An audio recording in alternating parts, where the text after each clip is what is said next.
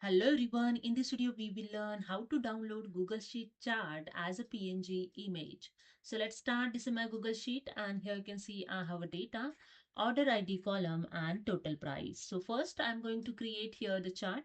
To create chart you have to select the first data. Just drag with the mouse and you can select here the entire data. Then go to the insert tab, then click on the chart option. And here you see your chart is inserted in Google Sheet with the chart editor and setup and customize tab. And here you can change the chart type also. Just go to the setup tab and here the first option, the chart type. The selected chart is a pie chart, and if you want to change the chart type, just click on this drop down arrow and select here the chart type those you want.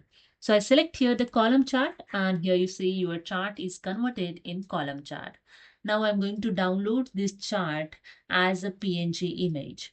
Just click on this three dot and click on the download chart option.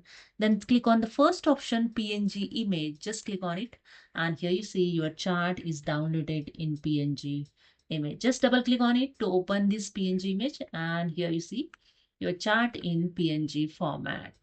So hope you understood. If you like this video, please subscribe my channel. Thank you so much.